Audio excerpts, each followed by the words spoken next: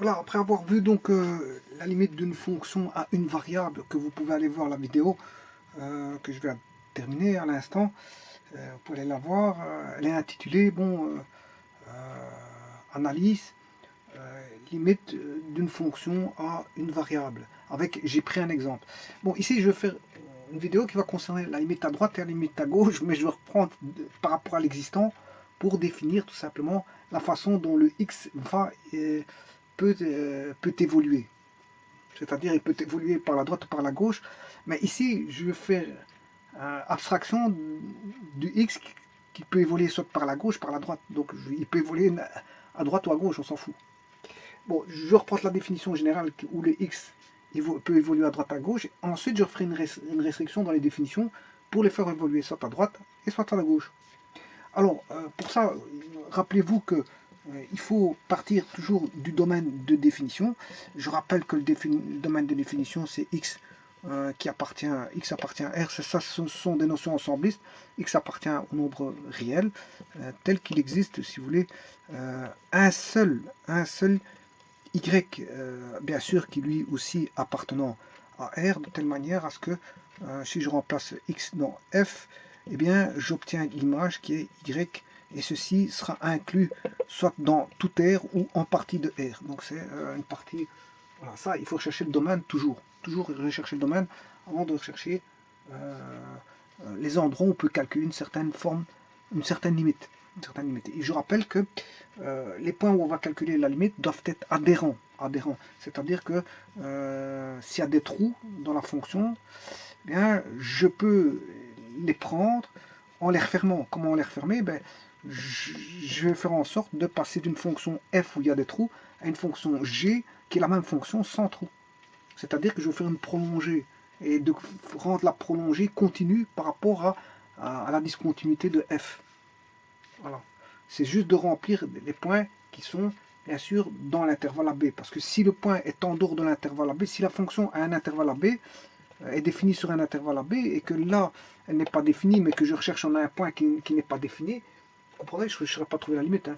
Je peux trouver la limite uniquement que si je suis sur la courbe. S'il y a un point de discontinuité sur la courbe, et pas en dehors voilà, si on est en dehors, fatalement, on ne saurait pas trouver de limite, elle n'existe pas cette limite. Voilà. Donc il faut que, pour rechercher la limite, il faut que le point pour lequel on va chercher la limite, soit le point x bien sûr, soit adhérent pour retrouver, je veux dire, si on va atteindre ce point, c'est possible de l'atteindre. Comment? Si la fonction est continue, fatalement, pour n'importe quel point que je vais calculer la limite, elle sera atteinte. Maintenant, on peut s'en approcher si le point n'appartient pas au domaine, mais qu'il est adhérent. Au domaine. Je veux dire par là, soit x0 par exemple, appartenant au nombre réel, bon, il faut se fixer à la base un x0 moins delta et x0 plus delta.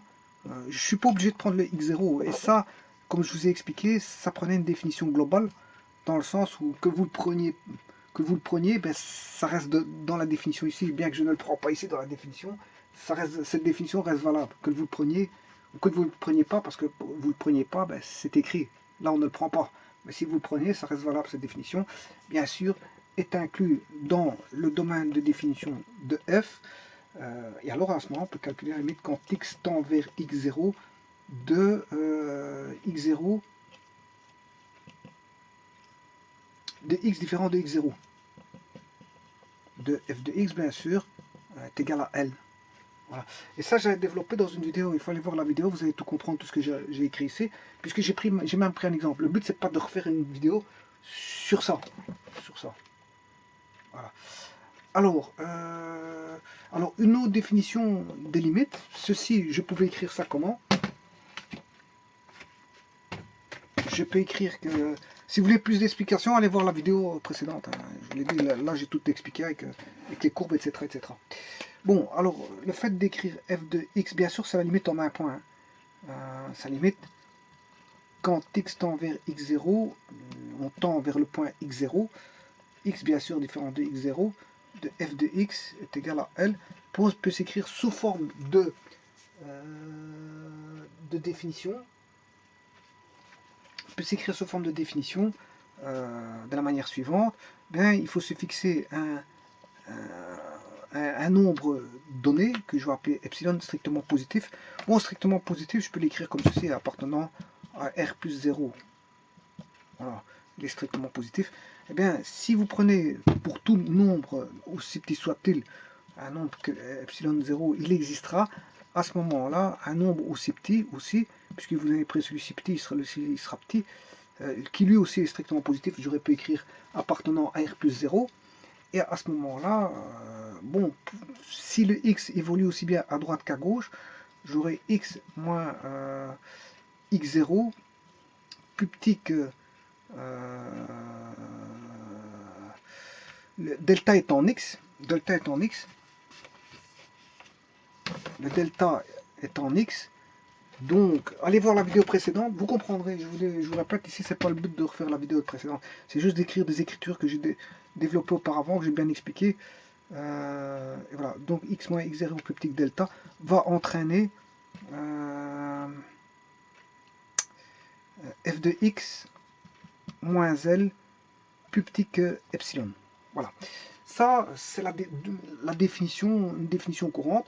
Généralement, qu'est-ce qu'on fait? On calcule, on recherche le domaine, domaine de définition. Ensuite, on calcule la limite. Ensuite, on peut, si on veut, mais c'est pas toujours le cas, c'est rare, même c'est rare qu'on le fait, on passe par la définition, et à ce moment-là, on essaie de trouver pour un epsilon donné s'il existe un delta. S'il existe ce delta, c'est que la limite existe. Mais je vous ai dit que c'est une définition un peu bizarre parce que il faut rechercher la limite qui est L, hein, la limite vaut L, au point x0. Voilà, il faut connaître ces deux-ci pour trouver s'il existe epsilon delta, ce qui nécessite de calculer une limite. Alors à quoi bon rechercher des nombres qui existent, sachant qu'on vient de calculer la limite? Bon, c'est vrai que ça tourne en rond, mais enfin bref, c'est comme ça, c'est comme ça. Mais on utilise rarement cette définition, hein, c'est rare qu'on l'utilise, donc voilà. Ce qu'on fait, c'est des calculs de limites, mais pas utiliser cette définition. Enfin bref, tout ça pour vous dire quoi? Ben, il faut appliquer ça maintenant, non plus pour un x qui va osciller, je vais dire, à droite de x0, ou à gauche de x0, mais soit à droite, soit à gauche. Donc il faut modifier cette valeur. Donc je rappelle que ce x, qu'est-ce que c'est ce x? Mais c'est une valeur aussi proche soit-elle de x0, mais qui est compris bien sûr dans l'intervalle x0 plus delta et x0 moins delta. Voilà, ce x moins x0, hein, que je fasse x moins x0 ou x moins x0 à droite ou à gauche, mais doit être compris voilà, à x0 plus delta. Je rappelle que tout ceci fait delta, hein, et celle-ci vaut moins delta. Et delta est un nombre strictement positif, hein, et donc moins delta est négatif. Voilà. Et donc ça c'est x0 moins delta. Voilà, et ça c'est sur l'axe des x bien sûr. Bon, alors, maintenant il faut modifier cette définition. Voilà, soit l'appliquer à droite, ou soit l'appliquer à gauche. Et c'est ça. Bon, ce qui veut dire que il faut changer. Il n'y a pas beaucoup à changer, mais il faut changer, c'est-à-dire ce qui est à changer. Voilà. C'est surtout ça qu'il faut faire. Bon, tout d'abord,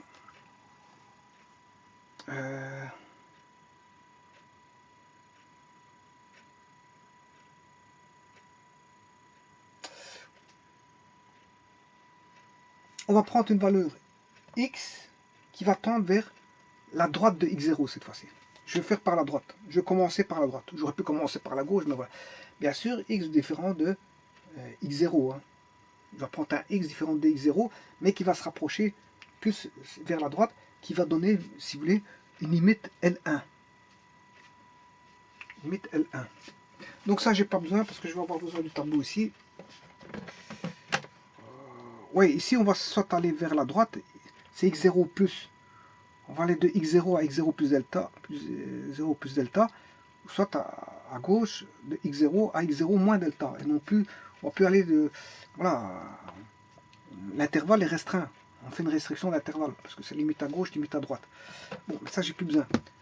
Donc ici, ça veut dire qu'on va, comme on va restreindre le tout, eh bien, je vais d'abord calculer la limite à droite. Donc ici, la limite à droite vaut L1. Alors ici, il y a toujours un, quel que soit epsilon positif ou appartenant à R plus 0, il existera toujours un delta appartenant à R plus 0 ou un delta strictement positif. Mais c'est ici que ça va changer. Parce que, si vous voulez, si ça doit changer ici. Parce qu'ici, je dois dire que tel que, non plus ceci, mais il faudra dire qu'ici, l'intervalle va aller de x0 à x0 plus delta. Ouais, il va aller de x0 à x0 plus delta. Ici.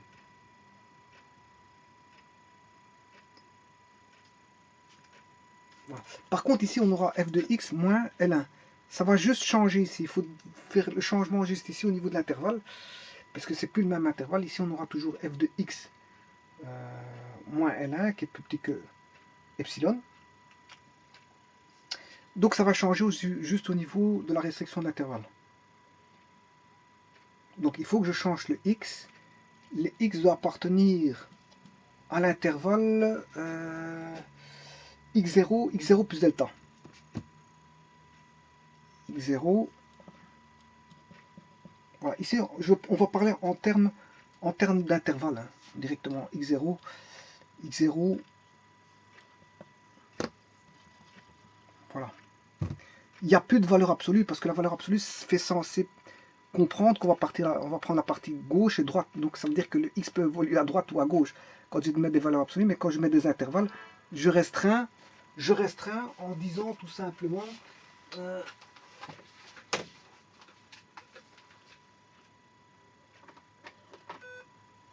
voilà. Donc je restreins l'intervalle. Grâce aux notions d'intervalle, je restreins de x0 à x0 plus delta. Voilà, je vais restreindre ici l'intervalle. Et là, ça va entraîner ceci.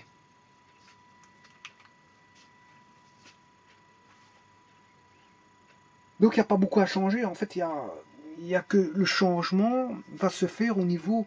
Il faut changer l'intervalle. Il faut dire, avant, quand on prenait les valeurs absolues, les valeurs absolues, c'est pour dire qu'on pouvait prendre l'intervalle à droite ou à gauche. Maintenant, x0 et x0 plus delta, c'est l'intervalle à droite. Vous comprendrez que pour avoir l'intervalle à gauche, c'est x0 moins delta, x0. C'est x0 moins delta, x0. Voilà. Ouais, ici, c'est plus bon. Donc x appartient à l'intervalle ici. Voilà. Bon, maintenant, je vais faire la même chose avec x tendant vers x0 moins à gauche. Donc là, j'aurai une limite qui vaut L2. Hein, elle n'est pas forcément égale. Hein, pour avoir L1 et L2. L2, donc quel que soit epsilon positif, il existe un delta positif tel que x appartenant à l'intervalle. Cette fois-ci, l'intervalle vaudra x0 moins delta, point virgule, x0 pour avoir l'intervalle de gauche. Voilà, parce que donc ici, on fait une restriction sur l'évolution d'x. L'x ne va soit à droite, soit à gauche, alors qu'avant, on mettait des valeurs absolues pour qu'il puisse aller à droite ou à gauche. Voilà. Et ça, c'est toujours aussi plus petit que... voilà, j'ai rien dit. J'ai rien dit parce que c'est un intervalle. L'intervalle, il est là. Voilà. C'est un intervalle, donc il est déjà sous forme d'intervalle. Avec les valeurs absolues, je dois définir plus petit que quelque chose. Être valeur absolue plus petit que quelque chose, je suis dans un intervalle aussi bien à droite qu'à gauche. Hein. Alors que là, bon, je coince sur un intervalle x0 moins delta, x0 et x0 plus delta. Et là, on aura bien sûr ce qui va juste changer, c'est f de x moins L2 plus petit que epsilon. Bon, ces écritures barbares, je les ai expliquées dans une vidéo. Il faut aller voir la vidéo.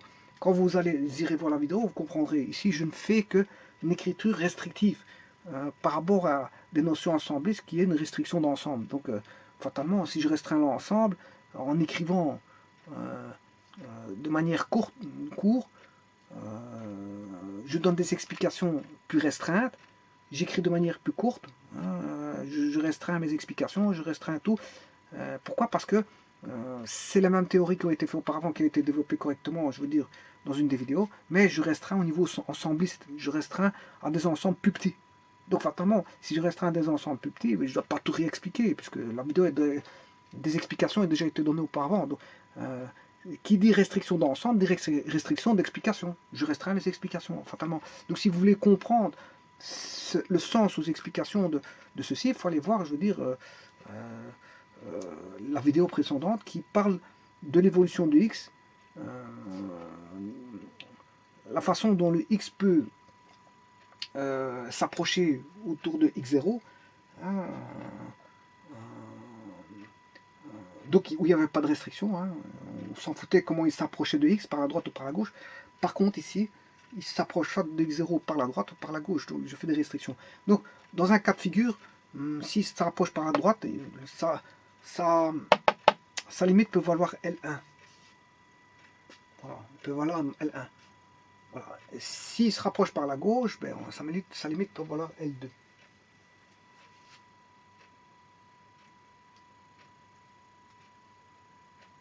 Alors maintenant, je vais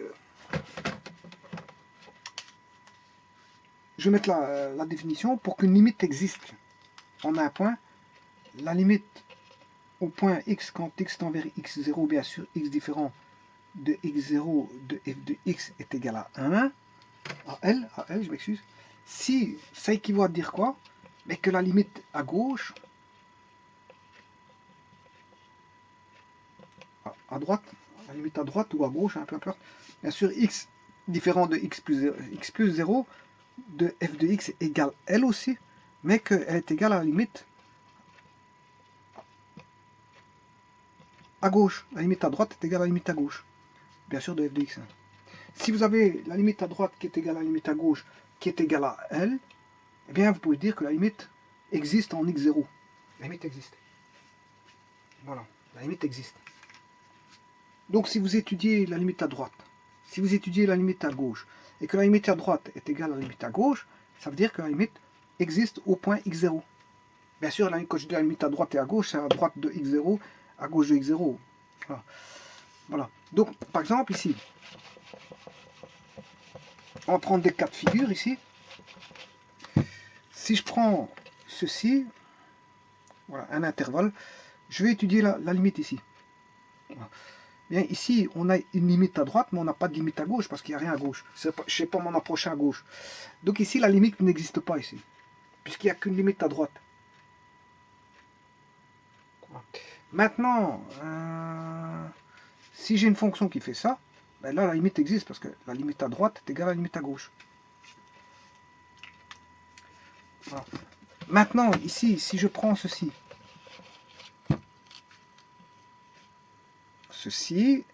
et ceci, ben, si je calcule la limite ici, là, elle vaudra L1, et là, vaudra L2. Donc L1 étant différent de L2, la limite à gauche est différente de la limite à droite, la limite en x0 n'existe pas. La limite n'existe pas.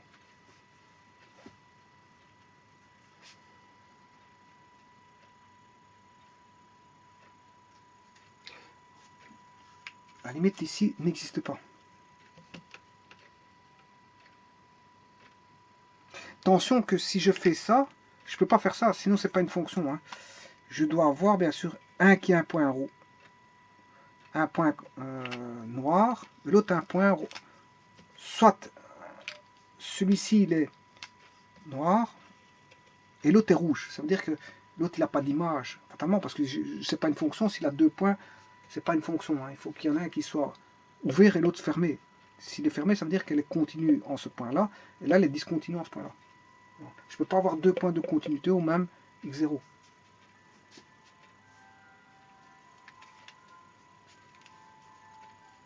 Donc ici, la limite n'existe pas en x0. Pour que la limite en x0 existe, il faut que la limite à droite et la limite à gauche existent. Et que ces deux limites fassent toutes les deux la même valeur, c'est-à-dire une valeur réelle L. Voilà, comme je viens de montrer. Donc dans ce cas-ci, la limite n'existe pas ici. Bien que vous avez une limite à droite et une limite à gauche, voilà.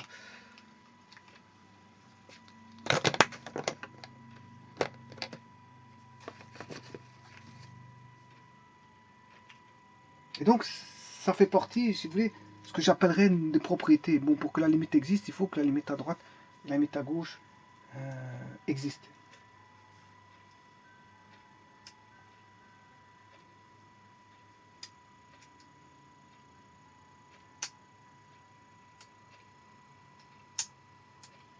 Donc ça, c'est un des cas de figure. Hein. C'est un des cas de figure d'inexistence de limite. La limite n'existe pas. Parce qu'elle existe ici, elle vaut L1, là elle vaut L2. Comme elles sont différentes, ces limites-là, eh bien on va dire que la limite n'existe pas. Ou alors le cas de figure que je vous ai mis tout à l'heure. Si j'ai ceci,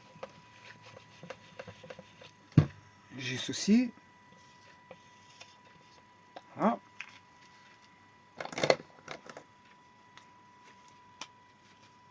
Alors, si je dis la limite à droite de f de x étant ceci, y égale f de x, c'est la fonction ici.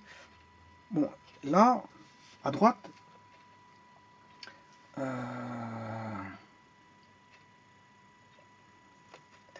elle existe.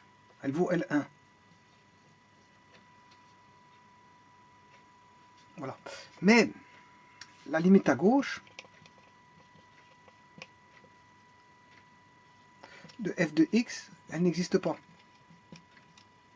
À gauche, ça n'existe pas, il n'y a pas de, voilà, il n'y a pas de valeur pour m'approcher, donc ce sera pas mon, il n'y a pas de tendance, il n'y a pas de courbe pour lesquelles je peux avoir une tendance à parcourir cette courbe-là pour aller me diriger vers x0, parce qu'en fait, la fonction n'est pas définie à gauche. Si elle n'est pas définie à gauche, bon, je ne sais pas me rapprocher par la gauche, parce qu'elle n'est pas définie à gauche. Il n'y a pas de valeur à gauche de x0. Donc fatalement, je ne sais pas trouver une limite à gauche, parce qu'il n'y a pas de valeur à gauche. Je ne sais pas m'approcher de x0 par la gauche, puisqu'il n'y a pas de valeur définie. Donc, elle n'existe pas. Donc, ici, comme on a L1 et elle n'existe pas, ben, la limite en x0 n'existe pas. Voilà, et ça, c'est deux cas de figure de non-existence de limite.